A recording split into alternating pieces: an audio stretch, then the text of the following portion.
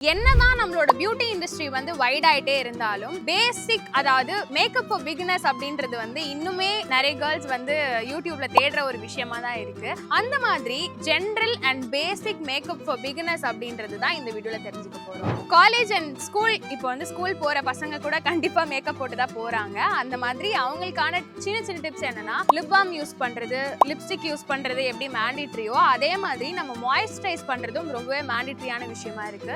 Moisturise பண்றதுனால ஸ்கின்னுக்கு எந்த ஒரு டேமேஜும் ஆக போறது இல்ல. அது உங்களோட ஸ்கின்னை ஹெல்தி வேல தான் கொண்டு போக போகுது. ஸோ உங்களோட ஸ்கின் டைப் என்ன அப்படின்றத தெரிஞ்சுக்கிட்டு அதுக்கேற்ற மாதிரியான மாய்ஸ்சரைசர் யூஸ் பண்றது ரொம்பவே நல்லது. அப்புறம் ஜென்ரலா ஒரு பவுடரோ பேபி பவுடர் யூஸ் பண்ணாலும் போதுமானது தான். நான் காம்பாக்ட் பவுடர் தான் யூஸ் பண்ணும் அப்படின்றதும் கிடையாது. ஜென்ரலா ஒரு மேக்கப் நம்ம பண்ண போறோம் அப்படின்னா நார்மலா ஒரு பேபி பவுடர் போடும் போதே நம்மளோட ஸ்கின் வந்து இன்னும் கொஞ்சம் அழகா மெருகா தெரியும்ல. ஸோ அதுக்கேற்ற மாதிரி ஒரு பவுடரை யூஸ் பண்ணிக்கோங்க. ஐ மேக்கப்க்கு என்ன பண்ண போறோம் அப்படின்னா பேசிக்கான காஜல் வந்து மேண்டிட்டரியும் கிடையாது. காஜல் இல்லைன்னா நம்மளுக்கு இருக்கவே இருக்கு பேக்கப் ஆப்ஷன் ஐலைனர் அப்படி இல்லைன்னா காஜல். ரெண்டுத்துமே போட்டு யூஸ் பண்ணாம ரெண்டுத்துல ஏதாவது ஒன்று யூஸ் பண்ணும் போதே அது மினிமல் மேக்கப் லுக்கை வந்து நம்மளுக்கு கொடுக்கும் போது மேண்டிட்டரி மஸ்காரா நம்ம வந்து ஐப்ரோவை என்ஹான்ஸ் பண்றது எந்த அளவுக்கு முக்கியம் அப்படின்னு சொல்லி மேக்கப் இண்டஸ்ட்ரியில பாக்குறோமோ அதே மாதிரி நம்ம வந்து மஸ்காரா போட்டு நம்மளோட ஐ லேஷஸை வந்து அழகா காட்டுறது ரொம்பவே முக்கியம். ஸோ உங்களுக்கு சூட்டபிள் ஆன என்னென்ன ப்ராடக்ட்ஸ் வந்து எது அஃபோர்டபுளா இருக்கோ அது எல்லாமே வந்து நான் தொடர்ந்து என்னோட வீடியோஸ்ல வந்து நான் அப்லோட் பண்ணிட்டு வரேன். இந்த மாதிரியான பியூட்டி அண்ட் ஹெல்த் டிப்ஸோட